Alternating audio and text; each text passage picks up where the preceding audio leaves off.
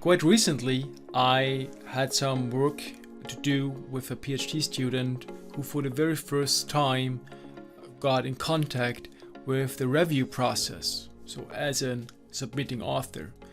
And he was pretty unclear, unsure what to do, how to proceed with that in an efficient way. So today I want to give like one small insight into my workflow dealing with academic reviews and basically present the general approach that I take to it. Right? Every review, of course, is then quite individual, but what I want to achieve in this video, I kind of want to give you a first step, a first structure that provides you some guidance of how to deal with that. So here is the feedback that I received based on one paper. It's submitted in Frontiers in Education. And this might look a bit different depending on which journal you are working in, but what stays the same basically is here there were two reviews, they add their comments, and that's about it. Maybe you also have editorial comments, and each of these points you basically need to address. Now I like to do this in very structured format in Word, so I'm opening a new document here. And what you maybe already see in the styles up there, these are not the normal styles. I've prepared an own template, which I find very useful. I'm also happy to share, just get in touch. And yeah, let me just walk you through the whole process. So the first thing that I would actually recommend to do is saving the document, because this is a template file. And I always like to indicate what is the number of the revision. So it's R1 for the first round of revision. And often my articles also have a number attached to it. It's usually something like A94 or something. I guess it's not A94, but let me just check this. So just keep everything tidy, go to the right folder. And it was A96. That's my identifier basically for this paper. All right, so I saved this. And now what I just want to do in the very first step, I want to just get all the information, all the points raised in there. So so this is review 2 now. I just copy and paste everything basically. Just note this is review 2, copy and paste everything. I'm not even looking at this yet, whether it makes sense or not. So let me just do this. I try at this point, I will also keep the structure intact.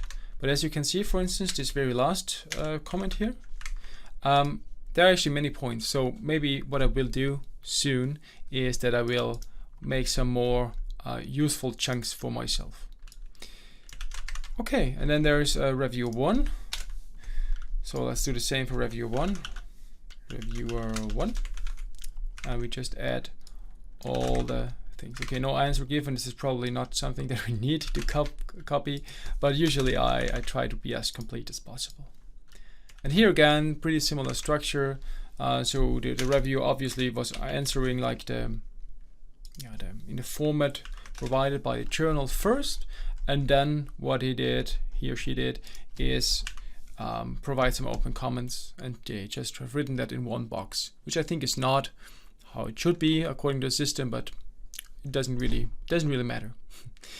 So what I usually do is I kind of give the headings to the reviewer who's talking, just checking whether the editor submitted something on top of that.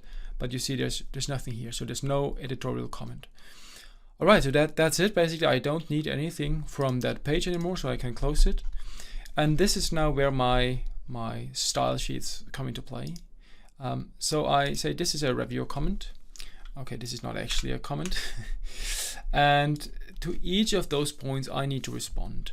And here I have 3 stages basically. The red one would basically mean, okay, look, this is something that I need to still address, which I really haven't thought about yet, or something that maybe also requires more substantive changes. Right, so that would be red. This is also especially helpful if I'm collaborating with something like I am on this paper. It could also be yellow, then it means that, well, it's actually, it can be done.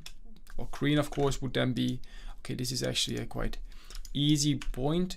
You see with all the copy and pasting, what's the trouble a bit sometimes is the formatting, but that's not really a big issue, right? So I'm just noting all of those points, marking it in red, because I don't know yet whether it's like a bit more difficult maybe, or whether it's actually okay to deal with that. Yeah, all right. So this is how it looks at the moment. And what I already showed you, like, is how do I indicate what is still needs to be done. So for every blank that I have here, I need to write an answer, and that answer usually consists of two parts. First is I'm giving an actual response. So if this is just a comment that I received, I will answer that. I will give some background information, why I did this maybe, or how this problem came into being, whatever. Just answer the question. And always have the orientation that the review is always right. And I think this makes a lot of sense, because it is true. Sometimes you write something, the reviewer totally doesn't understand it, gives some recommendation that makes no sense at all. That happens. But this is still telling you something. It's telling you that you didn't communicate clearly enough. So it's totally fine to say, oh, look, I think you are kind of, digressing in the wrong direction. So what I think is we didn't clearly communicate this idea to you. So we've made several improvements to help you grasp the message. So that's what I usually recommend to do. And when you make any changes, there will be the second element to add to this. So you're kind of writing your answer here. And then you also made some changes. You also made some changes. And what I really do then here is I have some quote from the manuscript. Okay, this is, I think, a very quite bulletproof way of answering reviewer questions. You're giving some context. Okay, do you agree with this statement? If possible, yes, tend to agree if it's not like really problematic for you. Otherwise, of course, just give your reasons why you don't agree with the statement. That's totally fine as well. I always just have the feeling like if it's like always the thing you're doing, it might not be the best thing, for how this is perceived as a reader then, and second also for your research, because usually the feedback that you get through reviewers makes some sense, right? It's often also especially quite good, so you don't want just to discard it right away. So try to take as much as possible, learn from it, and then change your manuscript. So ideally, once we have finished this process, and you see it's giving me a quite clear structure how to process this. So I deal with the red ones first, and the yellow ones, the amber ones, the green ones. And once I'm happy with what I've written, I've also one status to basically just remove the color. So then I know, okay, this is kind of final. I don't need to have a look at this anymore.